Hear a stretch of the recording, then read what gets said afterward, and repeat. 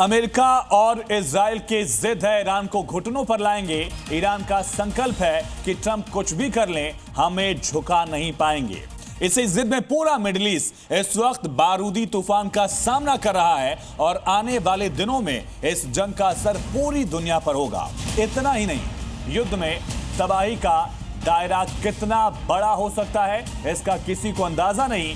इसी खतरे को लेकर पहली बार ट्रंप से कतर ने बातचीत के टेबल पर आने और ईरान के साथ युद्ध खत्म करने की एक बड़ी अपील की है। अब धमकियों के दौर में कतर के इस मैसेज के मायने क्या हैं?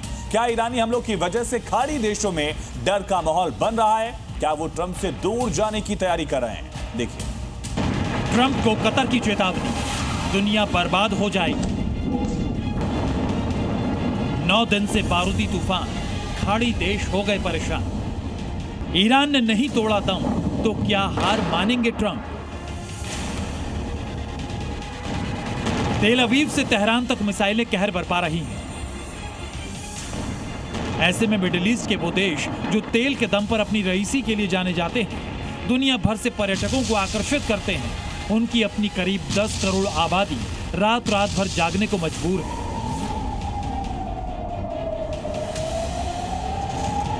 किसी भी वक्त धमाकों की आवाज और वॉर सायरन से हड़कंप मच जाता है। इस जंग में ईरान के बाद सबसे ज्यादा नुकसान उन खाड़ी देशों को हो रहा है जिनकी अपनी कोई लड़ाई नहीं है।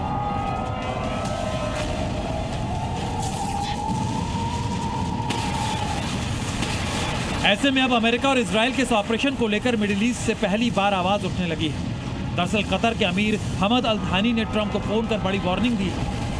कतर के अमीर ने कहा कि जंग चलती रही तो दुनिया के लिए खतरनाक अंजाम होंगे। यह युद्ध अंतर्राष्ट्रीय सुरक्षा और शांति के लिए खतरा बन रहा है। किसी भी तरीके से युद्ध का जल्द खत्म होना जरूरी है। बातचीत के जरिए समाधान की कोशिश होनी चाहिए। ट्रंप को कतर की यह चेतावनी ऐसे वक्त पर आई है जब ट्रंप अपनी जिद में हर दिन एक कदम आगे बढ़ते जा रहे हैं।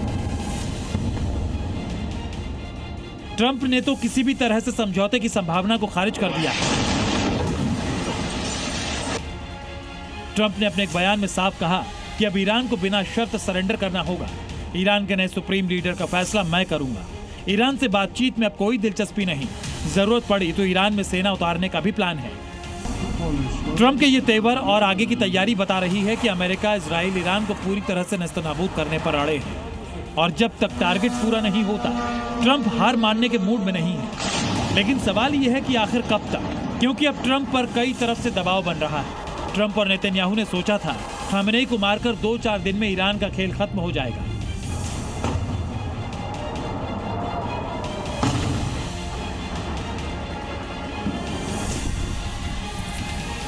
लेकिन सच्चाई यह है कि ईरान में उम्मीद के मुताबिक कामयाबी नहीं मिली। अमेरिका खाड़ी देशों को बचाने में नाकाम रहा। मिसाइल और ड्रोन हमलों के आगे डिफेंस सिस्टम कम पड़े।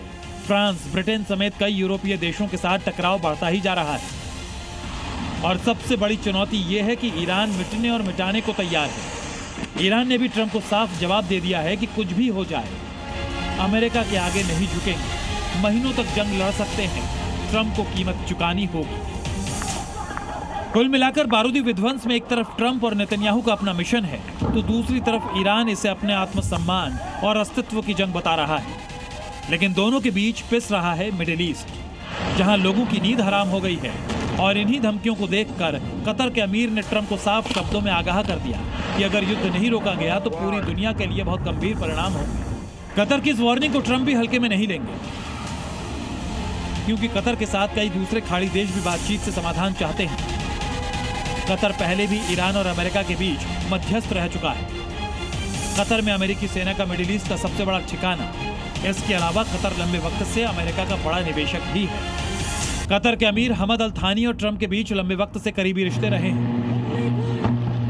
इसके बावजूद ट्रंप को आगाह करके कतर ने पूरे मिडिल ईस्ट की आवाज रखी। ऐसे में सवाल है कि ट्रंप मिडिल ईस्ट में मिसाइलों की बरसात और आने वाली आफत के बारे में सोचकर अपना मन बदलेंगे, बातचीत के रास्ते पर लौटेंगे, या फिर ईरान का फैसला बारूद से ही होगा। अगले कुछ दिनों में तस्वीर और साफ हो जाएगी। ब्यूरो रिपोर्ट, जी मीडिया।